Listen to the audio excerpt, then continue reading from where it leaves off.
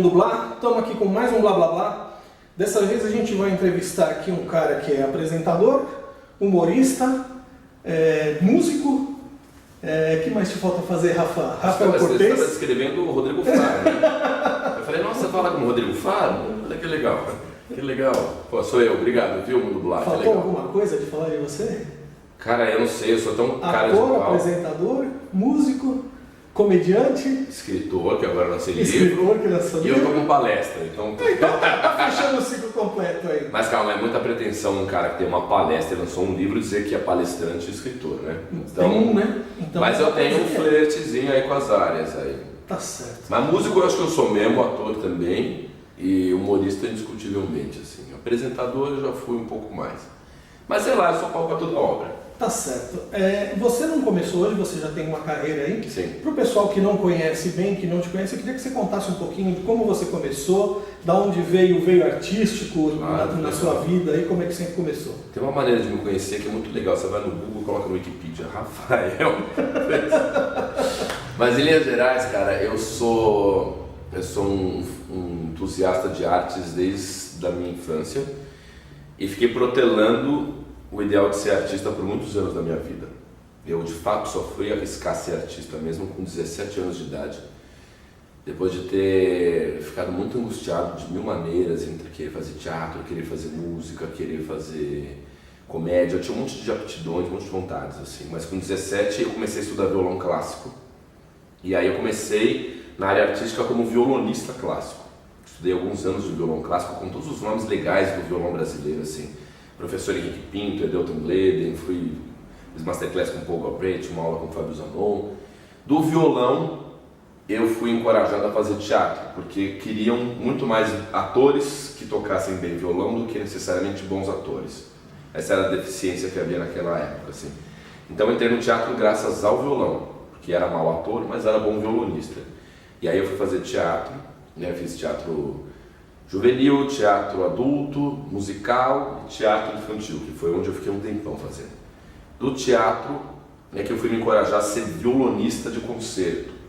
Comecei a dar recitais de violão porque eu tinha aprendido a ser mais cara de pau no palco, como ator. Quebra a inibição, né? Ajuda bastante. Não, e em paralelo eu fiz curso de palhaço, aí eu falei, bom, agora eu já não tenho muita vergonha, então eu vou subir no palco e vou fazer umas coisas difíceis, vou ser concertista. E aí do concertista é que eu fui fazer jornalismo, e do jornalismo eu fiquei encorajado a ir para o humor. Então, em linhas gerais é isso, eu comecei como violonista, depois fui para o teatro, do teatro para a comédia, da comédia, aliás, do teatro para a música, da música para a comédia, da comédia para a TV. E vou fazer um parênteses que a gente vai voltar nisso depois, e agora você juntou o humor e a música, né? Que a gente vai falar disso daí um pouquinho mais para frente. Aí, que bom, sim. Né? E vamos contar um pouquinho desse projeto que você tem aí. Isso. Mas em determinado momento da sua carreira, uma porta se abriu, você foi parar na Rede Bandeirantes. Foi. E aí você ganhou uma projeção maior. Quer dizer, o trabalho já existia há bastante tempo, mas era um trabalho mais para iniciados, vamos dizer. O pessoal que te conhecia, o pessoal mais próximo, com menos difusão. E aí você foi parar na Rede Bandeirantes, fazendo CQC, e aí você apareceu nacionalmente. Não, e até que demorou, porque eu estava nessa investida. Eu, de fato, desde os 17 queria fazer coisas públicas, eu queria sair desse circuito underground que eu estava. Mas eu arrisco dizer que dos 17 até os 31, eu fui um artista de Vila Madalena, assim, em São Paulo.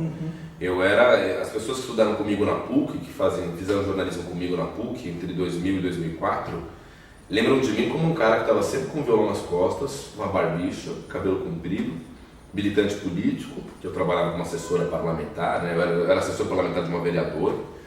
Eu era mais politizado que nunca, não sei o que, eu era meio esquerdinha, louco, violonista underground.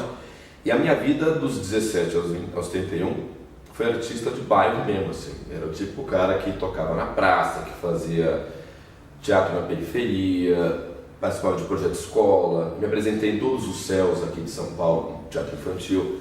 Aos 31, até tarde demais inclusive, é que eu fui entrar no CQC. E não é porque só ali eu tive coragem, eu realmente fiquei dando murro em ponto de faca por uns 10 anos.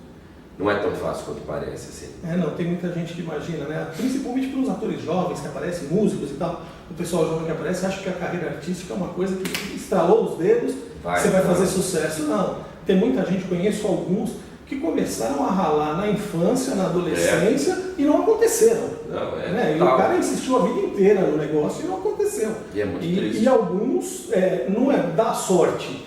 Dá sorte de ter alguém vendo, né? A única sorte que você teve é de ter alguém vendo em determinado momento que virou e falou, não, pera um pouquinho que esse cara tem talento, a gente pode aproveitar. A única sorte é essa, porque o resto é trabalho, é relação pura. Não, e além você não só tem que ter essa sorte, mas acho que tem que ter ousadia. Eu realmente fiquei um bom tempo tentando entrar num mainstream, né, de mídia, assim, porque eu percebia nas minhas atuações que tudo que eu fazia era legalzinho, assim, mas ficava num nicho de marginais, assim. Tudo que eu estava fazendo era muito marginalizado. Eu fazia coisa nas periferias das minhas artes. E naquele momento, a TV era o grande acontecimento, né? Estou falando de 2006, 2004, 2005, 2006, 2007. Eram anos assim que a TV ainda era coqueluche. E uma hora eu falei, eu preciso entrar na TV de qualquer maneira. Eu fui fazendo teste, mas eu tive muita sorte também. Sorte e cara de pau, porque é o elemento que precisa. Eu só entrei no CQC porque me chamaram para ser produtor do CQC. E quando eu fui na entrevista admissional da vaga de produção, eu usei uma carta na manga. Eu falei, essa vaga eu não quero, mas eu tinha que estar aqui diante de vocês, chefes, para dizer que essa vaga não interessa, eu quero ser repórter. Então sempre teve um misto de ousadia, assim. Eu acho que se eu tivesse aceitado ser produtor e daí tentasse fazer a migração lá dentro, ia ser mais difícil. Eu aproveitei o ensejo de estar diante dos caras certos, os contratantes, os diretores, pessoas que não ia ter tão facilmente a minha volta, para diante deles, para falar sobre a vaga de produtor, dizer, isso eu não queria fazer, eu vim até aqui para negar a vaga, mas me oferecer para ser repórter. E estava tudo contra mim. Eles disseram, mas você quer ser repórter de que maneira? Você já fez reportagem? Não. Você é humorista? Não sou. Você já fez stand-up? Não. Já fez comédia? Também não fiz. Tá em cartaz? Não tem, não tô. Tem videobook? Não tenho videobook. Você tem canal no YouTube? Eu não tenho. O YouTube era uma coisa que estava começando em 2007, né? Eu não tinha nada disso. Eles disseram, por que a gente contrataria? Eu falei, porque se você me deixar fazer o teste, eu juro por Deus que eu vou fazer o melhor teste da tua vida. E não foi o melhor teste da vida deles, mas eu fiz um ótimo teste que deu vazão a um segundo teste. E depois de 1 mês e meio de suspense, que eles sequer atendiam um telefone um dia, me ligaram da Argentina para dizer que tinha passado. Então aí entrei na televisão, mas eu sempre fui um cara que olhou para as mesmas situações e viu maneiras de ser mais ousado, ter mais cara de pau. Direto eu consigo dar a volta e consigo chegar lá. E é o que eu falo hoje, eu tenho até uma palestra que fala sobre carreira, chama Apostando na Carreira. E eu falo que o caminho do empreendedorismo, da multifacetação e da ousadia são 3 elementos fundamentais hoje no século XXI para você ter algum sucesso profissional. Se não sucesso, pelo menos uma estabilidade profissional.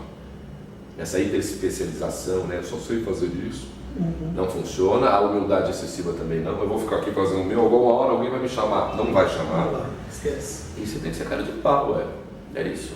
Nós temos que tentar. E aí você passou uns bons anos no CQC. O CQC teve várias reestruturações, várias mudanças. Em determinado momento você saiu. Você foi parar no Comedy Central. Antes eu passei pela Record. Você passou pela Record, você fez... Paralelamente eu fiz o Comedy Central. E os meus materiais do Comedy Central estão exibidos até hoje. Eu tenho um contrato de 10 anos. De vez em quando eu pego alguma coisa lá no canal, eu costumo assistir bastante coisa. Legal.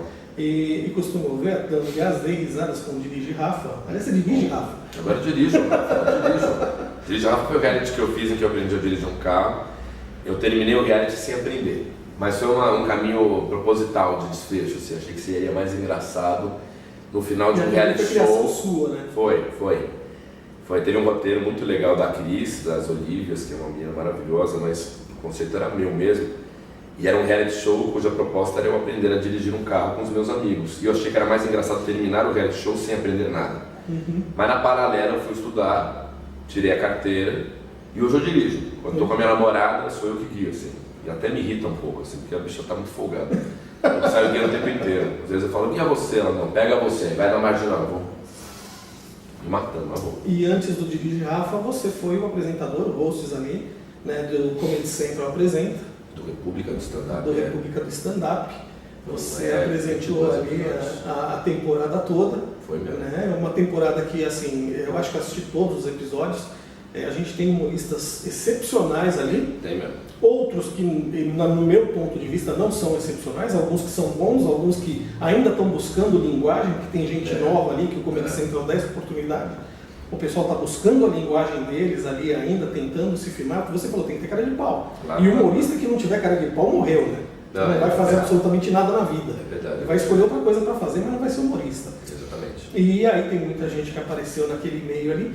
E num determinado programa, o Fabiano Cambota estava se apresentando, você brinca com ele, vocês tocam violão a duas mãos ali, com flamenco e tal, brincando com a música dele. Né? E aí vocês já falavam de ter um projeto que estava incipiente naquele momento. Hoje esse projeto está amadurecido. Já vendeu um CD, olha. Você ganhou! Nossa, esse é seu! Que coincidência, meu Deus! Sabe? Esse estofado é maravilhoso. Aqui do estofado eu vou tirando CDs. Assim, né? Esse projeto que a gente está falando é uma música divertida brasileira. Que vocês estão se apresentando aí, fazendo alguns shows. Inclusive no show de lançamento, a Cláudia, que é sua assessora, tinha me chamado para comparecer lá. Só que a gente se falou bem em cima da hora, ficou corrido, eu estava com outra coisa marcada de cobertura do Mundo Blá, não conseguia comparecer, não tinha jeito. Não. Esse negócio da gente querer ser multifacetado, de vez em quando falta tempo para fazer um monte de coisa que a gente gostaria de fazer e acaba não conseguindo. Mas conta pra gente um pouco desse projeto. O MDB é a abreviação de Música Divertida Brasileira. Ele resultou nesse CD, que sou eu, o Cambota e a banda Pedra Letícia, né?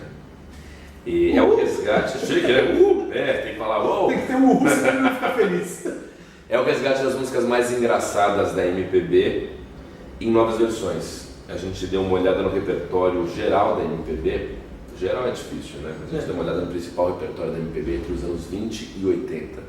E foi ver o que havia de mais engraçado por parte de compositores como Adoniran Barbosa, Chico Buarque, Tom Jobim, Lamartine Bado, Moreira da Silva, Bezerra, João do Vale, Jorge Benjor, João de Barros, o Braguinha. E a gente foi olhar esse repertório e ver o que de mais engraçado a gente achou entre esses anos 20 e 80 do MPB. E a nossa proposta é apresentar novas versões dessas músicas, de modo que a gente agrade os mais velhos, porque falam, compositor da minha geração, e também agrade os mais novos, são os artistas da minha geração cantando uma coisa que eu não conhecia num formato que eu gosto. Então, um foxtrot de Lamartine Babo vira um blues, né?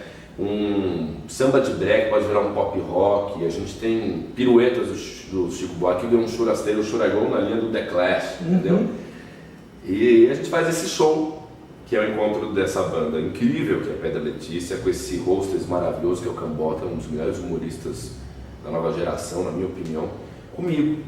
E é um projeto para lavar a alma, assim, porque quando eu lancei o meu CD de violão clássico, o Elegia da Alma, eu lancei em 2011 um CD só com músicas de violão clássico, assim, coisas que eu sempre gostei de tocar.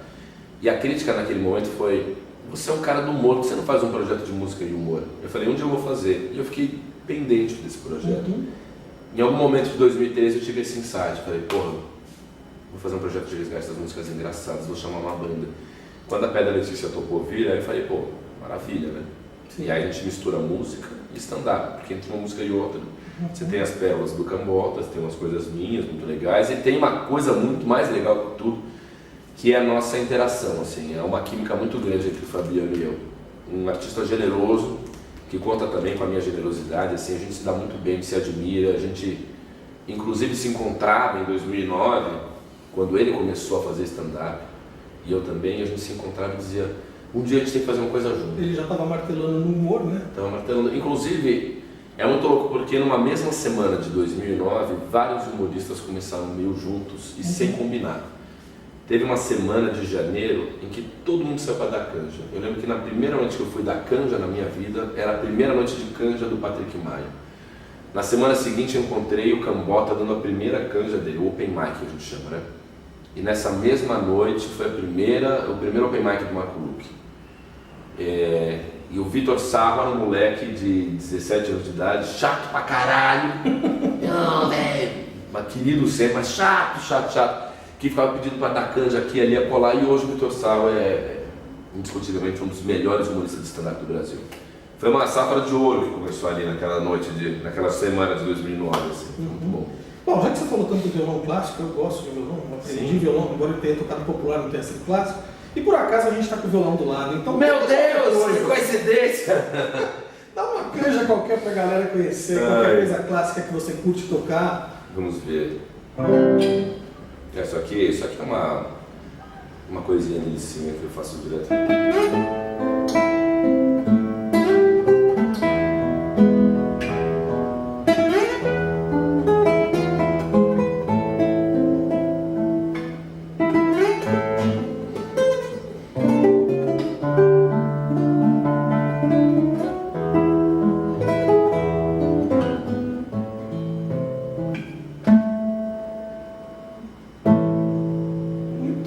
Tem isso, tem umas pecinhas de barroco.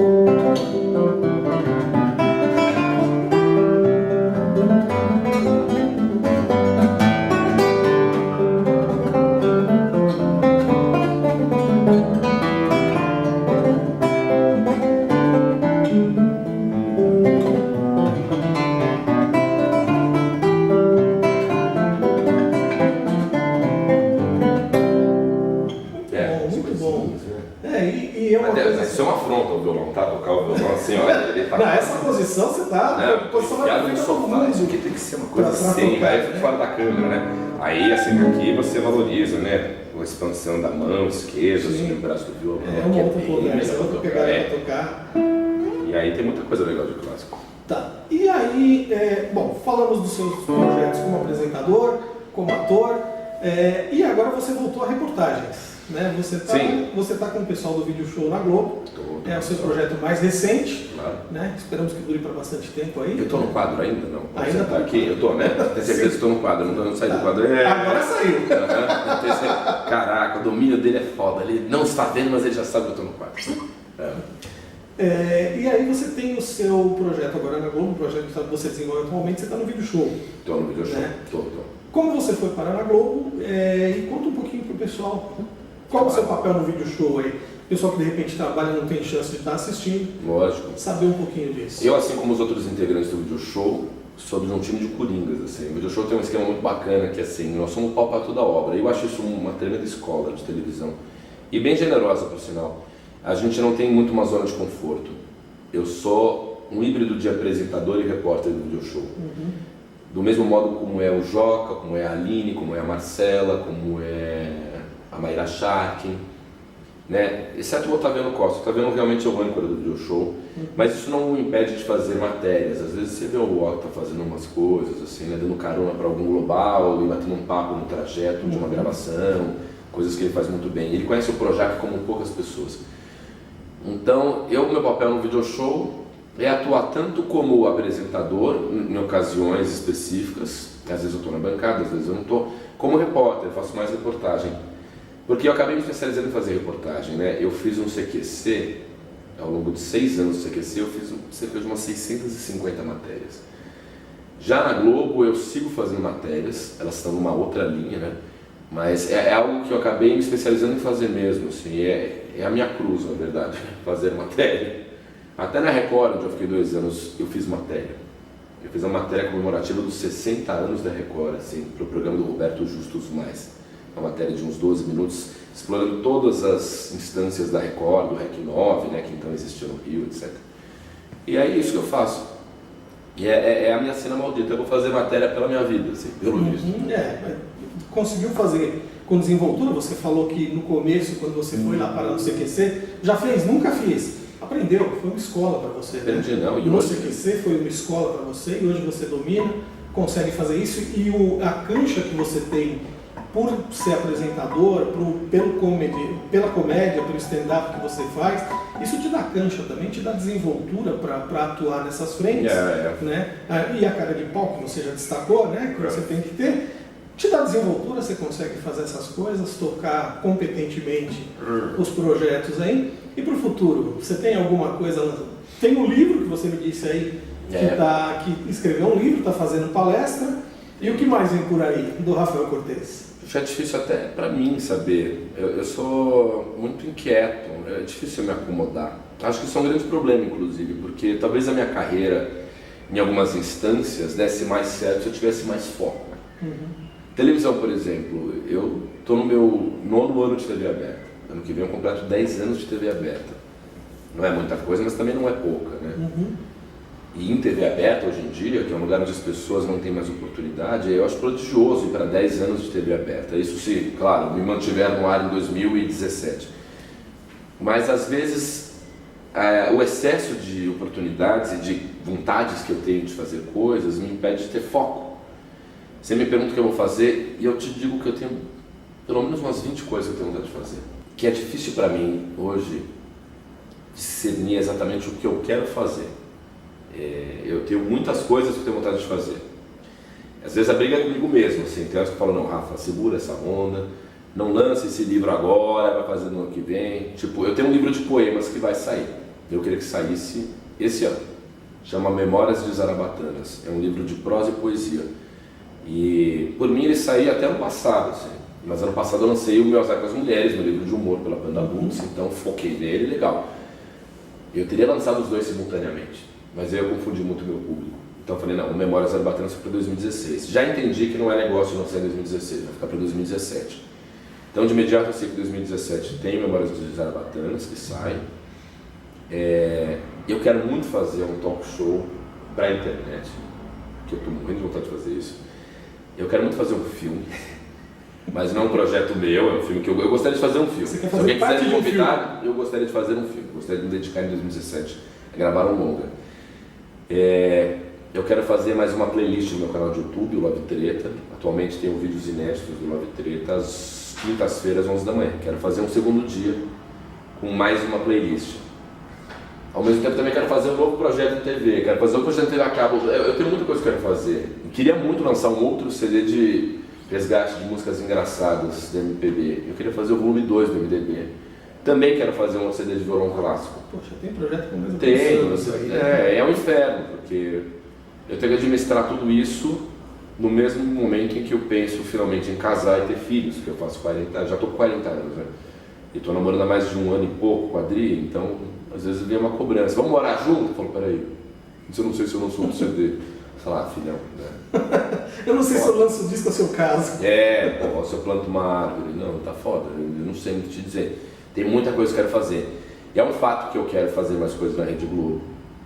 Gostaria muito de fazer mais coisas. E espero que a Globo queira fazer mais coisas comigo também, né? Entretenimento, a Globo. Esse leque, né? E eu adoro trabalhar na Globo e gostaria muito que a Globo, se ela quiser renovar comigo, a gente pode fazer muita coisa junto. Tem muita coisa que eu quero oferecer aí. Claro. Tá certo. Gente, vamos agradecer aqui a presença do Rafa, liberar ele rapidinho que você tem gravação daqui a pouco, né? Pois é, eu tenho. Então a gente tem que ter um papo meio rápido aqui hoje. Agradecer a presença do Rafael e a gente está no próximo Blá Blá Blá com vocês. Valeu, um abraço. Acabou? Vou fazer uma para fechar aqui. O Samba do Ernesto que está no CD do MDB. Eu faço isso, vou fazer só uma canjinha do Samba do Ernesto, tá? No CD eu faço com a Pedra Letícia rock and roll mesmo, assim, um timbre muito mais alto, é uma pegada rockabilly mesmo, tem uma referência do Bill Haley e seus cometas, muito legal. Mas vou fazer só comecinho de Samba do Ernesto para fechar e recomendar que vocês comprem um CD do MDB, tá?